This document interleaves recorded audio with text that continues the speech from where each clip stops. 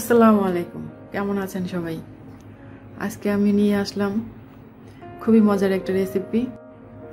আজকে নিয়ে আসলাম borhani recipe. Specially সামনে ঈদ, তাই ভাবলাম বোরহানি বানিয়ে ফেলি আর আপনাদের সাথে শেয়ার করি। আমি আজকে 1 কেজি দইয়ের বোরহানি বানাবো, সেটাই আজকে আমি আপনাদের সাথে শেয়ার করে নেব। বোরহানি বানানোর জন্য আমি একটা মশলা বানাবো। এটা কিনতে পাওয়া যায়, কিন্তু আমি চাচ্ছি আমি নিজেই বানাবো। সেটা হলো, এখানে আমি 4 ধরনের মশলা নিয়েছি। সব মশলা আমি হাফ টেবিল চামচ করে নিয়েছি। 1 কেজি বোরহানির জন্য এটাই পারফেক্ট। এখন জিরা আর ধনিয়া এই দুটাকে একটু টেলে নেব। টেলে নিয়ে তারপর 4টাকে একসঙ্গে পাটায় পিষে আমি নিয়ে আসছি। আপনারা চাইলে ব্লেন্ড করেও নিতে পারেন। এখানে প্রায় 1.5 টেবিল চামচ হয়েছে। এখন আমি নিচ্ছি ধনিয়া পাতা, পুদিনা পাতা, এই দুটোই হাফ কাপ করে আছে। দুটোকে আমি একত্রে করে নিলাম।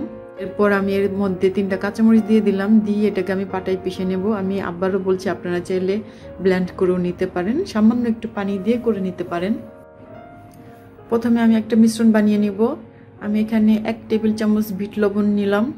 তারপর নিচ্ছি 1 চা চামচ রেগুলার লবণ। আর এখন নিচ্ছি চিনি। আমি লাল চিনিটা ইউজ করছি। আমি একটু পরিমাণে বেশি নিচ্ছি, কিন্তু আপনি যদি সাদা চিনি ইউজ করেন তাহলে পরিমাণ একটু কমিয়ে দিবেন বা আপনাদের টেস্ট অনুযায়ী নিয়ে নেবেন। এখানে আমি 2.5 চামচ নিলাম, কারণ লাল চিনির মিষ্টিটা একটু কম থাকে। এখন আমি নিব টমেটো সস। আমি নিচ্ছি 1 চা চামচ। টমেটো সসটা অবশ্যই দিবেন। টমেটো সসটা দিলে টেস্টটাই পাল্টিয়ে যায়, বোরহানির টেস্টটাই পাল্টিয়ে যায়। তারপর আমি সেই মশলাটা আমি দিয়ে দিলাম, যেটা আমি পাটায় বেটে নিয়েছিলাম। আর দিচ্ছি পুদিনা পাতা আর ধনিয়া পাতার সেই পেস্ট। দুটো মশলাই আমি সম্পূর্ণটুকু দিয়ে দিলাম। আর এই বাটিটা ধুয়ে আমি হাফ কাপ পরিমাণ পানি দিয়ে দিচ্ছি। আমি হাফ কাপ পানি নিয়ে বাটিটা ধুয়ে দিয়ে দিলাম। আমি এখানে অল্প করেই নিলাম, কারণ যদি পানি লাগে তাহলে আমি পরে পানি অ্যাড করতে পারবো।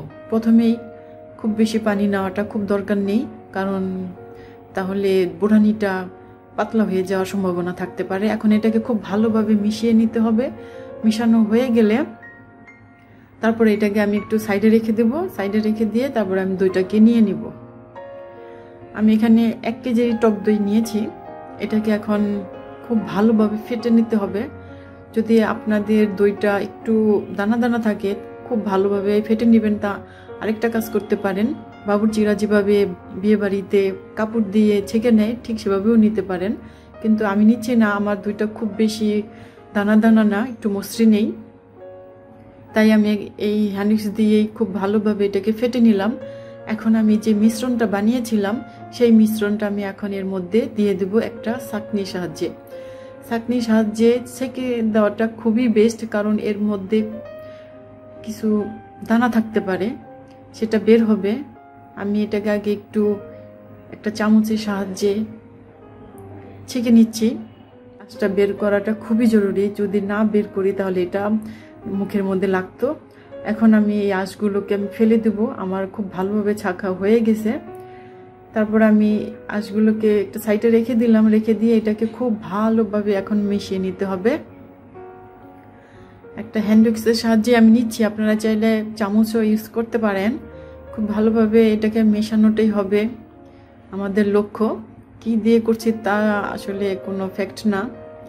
এখন আমার মিক্স হয়ে গেল। আমি খুব ভালোভাবে মিক্স করলাম। এখন এই মুহূর্তে একটু ঘনত্বটা চেক করতে হবে। এখন আপনাদের একটু এর ঘনত্বটা দেখিয়ে দিই কেমন হয়েছে। আপনাদের কাছে যদি ঘন বেশি লাগে তাহলে এই সময় পানি অ্যাড করে নিতে পারেন, আর বাকি উপকরণগুলো টেস্ট করে নিতে পারেন। এই সময় এই উপকরণগুলো টেস্ট করা খুবই জরুরি। সার্ভ করার আগে এই সময় টেস্ট করাটা বেস্ট। আমি টেস্ট করছি, আমার কাছে মনে হচ্ছে চিনিটা লাগবে, তাই আমি এখানে চিনি দিয়ে দিচ্ছি। প্রথমেই বলেছি আমি লাল চিনিটা ইউজ করছি, এটার মিষ্টিটা একটু কম হয়, এর জন্য আমি একটু চিনি আবার অ্যাড করলাম। আমি 2 টেবিল চামচ চিনি দিয়ে দিলাম।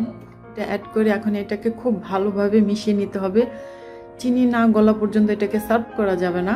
চিনিটা যখন খুব ভালোভাবে গলে যাবে তখন এটাকে সার্ভ করে নিতে হবে। তবে বোরহানিটা আমার মন মতো হয়নি, আমার মনে হচ্ছে একটু ঘন বেশি, তাই আমি এখানে একটু পানি অ্যাড করব।